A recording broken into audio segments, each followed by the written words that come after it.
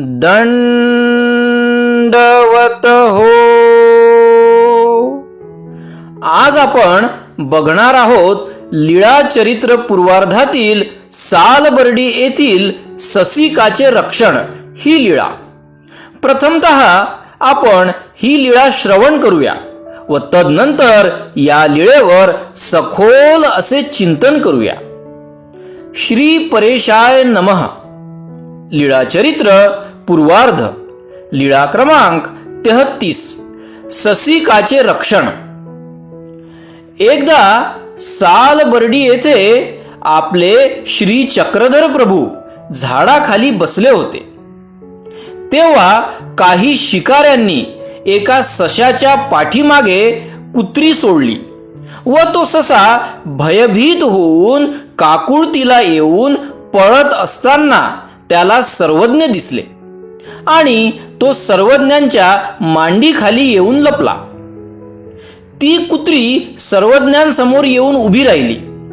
मागून शिकारी सुद्धा आले. त्या शिकाऱ्यांनी सर्वज्ञांना विनंती केली, जीजी हा ससा सोडून द्यावाजी. यावर सर्वज्ञांनी म्हटले, हा आम्हाला शरण आलेला आहे. त्या शिकाऱ्यांनी सर्वज्ञांना परत विनंती केली, जीजी हा शर्यतीचा ससा आहे तरी तो सोडावाजी. सर्वज्ञांनी पुन्हा त्या शिकाऱ्यांना सांगितले, हा आम्हाला शरण आलेला आहे. तरी परत तिसऱ्या वेळीही शिकाऱ्यांनी सर्वज्ञांना विनंती केली, जीजी हा शर्यतीचा ससा, यासाठी आमच्यात भांडणं होतील, एकमेकांवर सुऱ्या काढल्या जातील, म्हणून आपण हा ससा सोडून द्यावाजी. यावर सर्वज्ञ म्हणाले, हांगा येथ शरण आले या, काही मरण असे. मग शिकाऱ्यांनी सर्वज्ञांना म्हटले, जीजी तर आपण याचे रक्षण केले म्हणा की. यावर सर्वज्ञांनी त्या शिकाऱ्यांना उपदेश केला, अहो हे प्राणी रानात राहतात, गवत खातात, तरी यांना तुम्ही का मारता. असा बराच उपदेश सर्वज्ञांनी त्यावेळी त्या शिकाऱ्यांना केला. परब्रह्म परमेश्वराची ती वाणी ऐकून शिकाऱ्यांनी सर्वज्ञांना म्हटले, जीजी आजपासून आम्ही शिकार करणार नाही. नंतर ते शिकारी निघून गेले. मग सर्वज्ञ सशास म्हणाले, महात्मे हो, आता तुम्ही जा. म्हणून सर्वज्ञांनी आपली मांडी उचलली. मग ससा तेथून निघून गेला. त्या सशाचे शरीर देहविद्येच्या स्थितीमुळे दिव्य दीप्तायमान झाले. तो ससा अमर झाला. दंडवत प्रणाम. माझ्या अच्युत गोत्रीय परमार्ग साधकांनो, सालबर्डी येथील ससा रक्षण ही लीळा केवळ एका सशाची कथा नव्हे. ही गोष्ट आहे शरणांगत वत्सलाची. ही गोष्ट आहे दयेच्या धर्माची. ही गोष्ट म्हणजे परब्रह्माच्या करुणेची अमर कहाणी. जिथे एक ससा भयभीत होऊन शरण येतो, तिथे परमेश्वर स्वतः उभे राहतात त्याच्या रक्षणासाठी. शिकाऱ्यांची हिंसा आणि शौर्याची भाषा या सर्व गोष्टींपुढे सर्वज्ञांची एकच वाणी की जो शरण आला त्याचे रक्षण झालेच पाहिजे. आणि हीच खरी धर्माची ओळख आहे. शरण आलेल्याला आसरा देणे, दया करणे, रक्षण करणे. ही लीळा आपल्याला शिकविते की ज्याच्याकडे काहीही नाही त्यालाही परमेश्वराचा आधार असतो. जिथे आले शरण तिथे नाही मरण. ही शिकवण आज आपल्या आचारात आली तरच खरी धर्मशुद्धी घडेल. ही लीळा म्हणजे मानवतेच्या अति उच्च मूल्यांची आठवण आहे. एक छोटासा असहाय्य ससा जो प्रचंड भयात मृत्यूच्या छायेतून पळत असतो आणि शेवट शरण येतो अशा दयाघनाकडे की जे साक्षात परब्रह्म परमेश्वर अवतार आहेत. या लीळेच्या कृतीतून धर्माचं खरं स्वरूप आपल्याला दिसतं. शरण आलेल्याचं रक्षण हेच त्या धर्माचं सार होय. शिकाऱ्यांनी जेव्हा सशासाठी तडजोडी आणि हिंसेची भाषा वापरली तेव्हा सर्वज्ञांनी मात्र केवळ शांततेची आणि दयेची वाणी बोलली.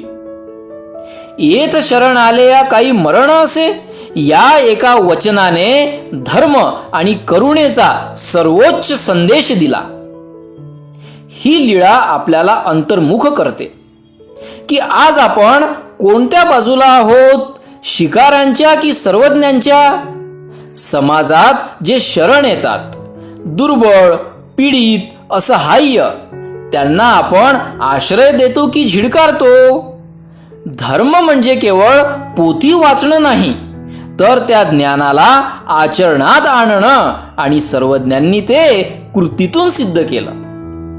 शेवटी जेव्हा ससा सर्वज्ञांच्या त्या पवित्र मांडी खालून उठतो तेव्हा तो ससा फक्त वाचत नाही, तर तो दिव्य होतो, अमर होतो.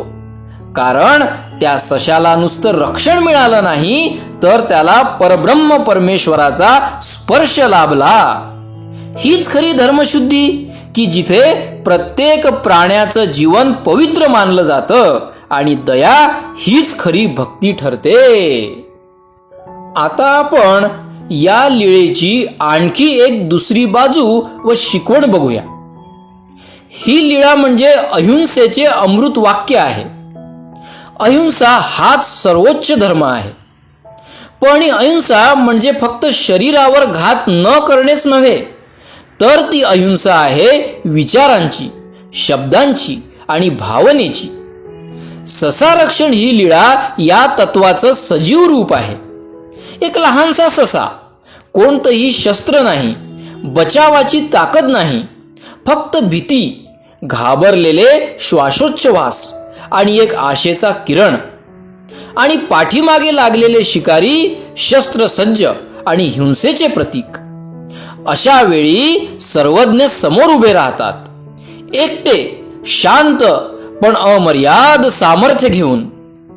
त्यांनी एक शब्दही कठोर उच्चारला नाही, एकही शस्त्र उचललं नाही, पण त्यांनी शरणागती आणि दया या दोन गोष्टींनी संपूर्ण युद्ध थांबविलं. शिकारींना समजावून सांगितलं की तुमचं शौर्य हे दुसऱ्यांच्या हत्येवर आधारित असेल तर ते क्षणिक आहे, पण जर तुमचं मन करुणामयी असेल तर तुम्ही खऱ्या अर्थाने विजयी होता.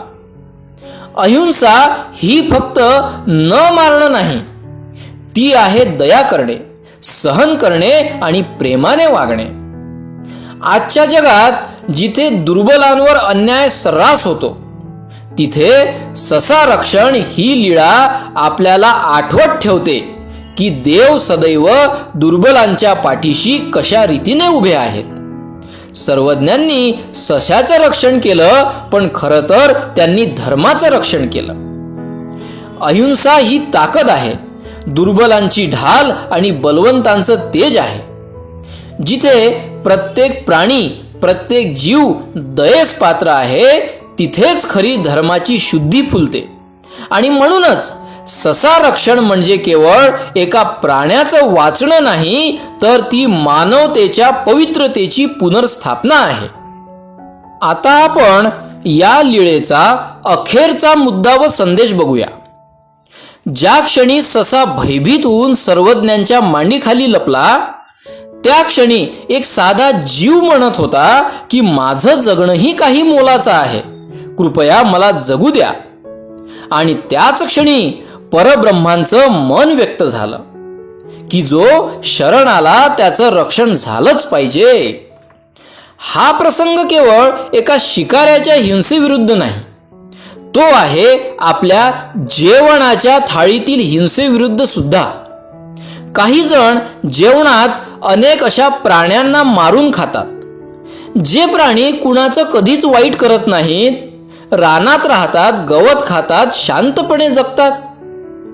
कोणत्याही प्राण्याचं मांस खाणं ही केवळ एक खवचट सवय नाही, तर ती जीवहिंसेच्या परंपरेचा प्रसव आहे. जे सर्वज्ञांनी शिकाऱ्यांना विचारलं की हे निरागस पशु रानात राहतात, गवत खातात, तुम्ही त्यांना का मारता, हाच प्रश्न आज आपल्या ताटातील प्रत्येक मांसाच्या तुकड्याला विचारता येतो की ह्याचा काय अपराध होता.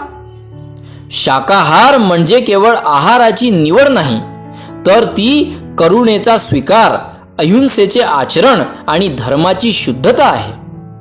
ससा रक्षण आपल्याला शिकविते की प्रत्येक जीवाला जगण्याचा अधिकार आहे आणि आपण त्या अधिकाराचा आदर केल्याशिवाय आपला धर्म कधीच पवित्र ठरू शकत नाही.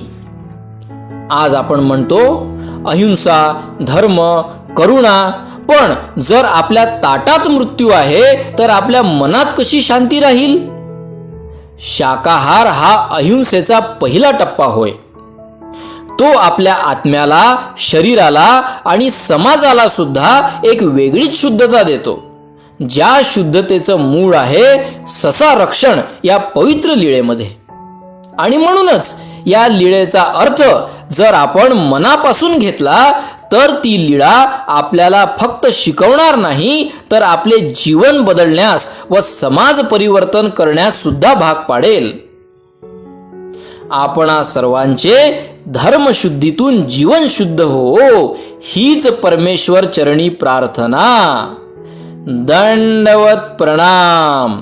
सर्वज्ञ श्री चक्रधर स्वामी की जय.